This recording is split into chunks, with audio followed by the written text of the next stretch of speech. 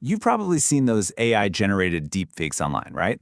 Well, what you might not realize is that the very same tech is already being used in huge Hollywood movies and TV shows. The AI revolution isn't coming to Hollywood, it's already there, and it's way more common than you'd think. And that, of course, brings us to the big, scary question on everyone's mind, the one that sparks all the debate and, honestly, a lot of fear. Is AI really coming to replace your favorite actors? Well, here's the thing. This isn't some science fiction movie plot. AI isn't coming. It's already here. It's working behind the scenes on some of your favorite shows in ways that are probably going to surprise you. So, here's what we're going to break down in this explainer. First, we'll talk about something called the digital double. Then, we're going to see how AI helps filmmakers climb out of the dreaded uncanny valley. After that, we'll look at how entire films are being made from just a text prompt, dive into the whole actors versus algorithms debate, and we'll wrap it all up with the final frame. Okay, first up, the digital double. We are going inside one of Hollywood's biggest secrets, a high-tech vault that's not protecting gold or jewels, but something that might just be a whole lot more valuable. So get this. It's called the CAA Vault, and it was created by one of the most powerful talent agencies on the planet. Their goal? It's simple, but it's totally revolutionary. They create perfect digital clones of their A-list clients. It's all about preserving and protecting them in the age of AI. And here's the key part. The actors themselves own these digital versions. That gives them the ultimate control over their own AI future. So how do they actually do it? Well, it's this incredibly meticulous 3-hour process. An actor comes in and they do this super intensive facial scan to capture every single expression you could possibly imagine. Then they do full-body motion capture for every little gesture. And finally, they do these super detailed vocal recordings. The result?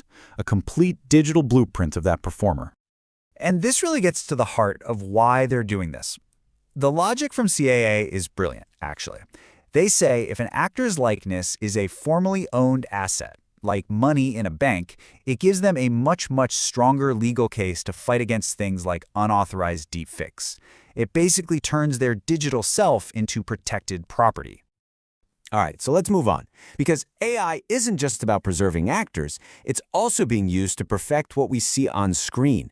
And in the process, it's solving a problem that has haunted CGI artists for decades. And that problem is called the uncanny valley. You know what I'm talking about, right? We've all felt it. It's that creepy, kind of unsettling feeling you get when a CGI character looks almost human, but something is just off. It completely pulls you out of the story. This is where AI is a total game changer. You know, traditional CGI can get stuck in that uncanny valley, but AI enhancement, it bridges that gap. It can take a performance that's almost right and just nudge it into being perfectly natural and believable. So we, the audience, can just get lost in the story. And a huge player in this space is a company called Deep Voodoo, which, get this, was co-founded by the South Park creators, Trey Parker and Matt Stone. They've used their AI to seamlessly de-age actors like Billy Crystal, and they even made a younger Billy Joel for his first music video in decades. And this is so important. The tech isn't replacing the actor. It's actually making the original human performance more critical than ever. Okay, so we've seen how AI can preserve and enhance reality, but what about creating whole new realities just out of thin air? Let's talk about how filmmaking is starting to shift from cameras and sets to, well, simple text prompts. Yeah, this is all thanks to generative AI. And the whole concept is just mind-blowing. A filmmaker can literally just type a description like a lone astronaut walking on a shimmering crystal planet, and the AI, it just generates a realistic, high-quality video clip from scratch, just like that. And this isn't just a theory, folks. It is already happening. Check out the short film Ancestra. The director, Eliza McNitt, used AI to tell this incredibly personal story about giving birth. Everything you see on screen, from the vast cosmos to the image of a newborn baby, was created entirely by AI. And what she says here is just so telling. It reveals two really powerful reasons for using AI. First, it let her achieve this massive creative vision, literally creating the cosmos, which would have been almost impossible otherwise. But second, It solved a real-world ethical problem, filming with a tiny, fragile newborn. AI just gave her a better, safer way to tell her story. So, of course, all of this amazing tech leads us right into the central conflict, the big human debate that took over the headlines and even shut down Hollywood for a while. This is the tension between the creators and the tools they're now starting to use. And you can just see how fast everything escalated. I mean, Deep Voodoo was founded in 2020. Just 3 years later, in 2023, the entire industry is rocked by massive strikes, all driven by fears over AI taking jobs. And that, in turn, is what led CAA to launch its protective vault that exact same year. The pace of this change is just staggering. So on one side of this debate, you've got the actors union, SAG-AFTRA, and their argument is pretty clear. They're fighting to make sure AI doesn't just become a cheap replacement for people.